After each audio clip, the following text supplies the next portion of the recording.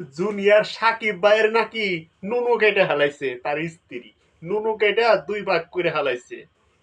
দুঃখে হাসি হইতেছে, কান্না হইতেছে। আর কি যে করি, কি যে কই, ভাবতেই পারতাছি না।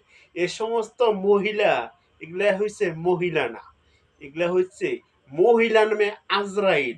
আজরাইল হইয়া আমাদের জুনিয়র সাকিব ভাইয়ের নুনু কেটা দুই ভাগ কইরা এক ভাগ হাতে নিয়ে বইসা আছে। কত বড়, কত বড় পাওয়ারফুল এবং কত বড় সাহস! কাইটা হাতে নিয়ে বই রয়েছে, এমন করে হাতের তাইলাই নিয়ে বসে রয়েছে। এই যে দেখ নুনু উপরের খন্ড, দেখছেন?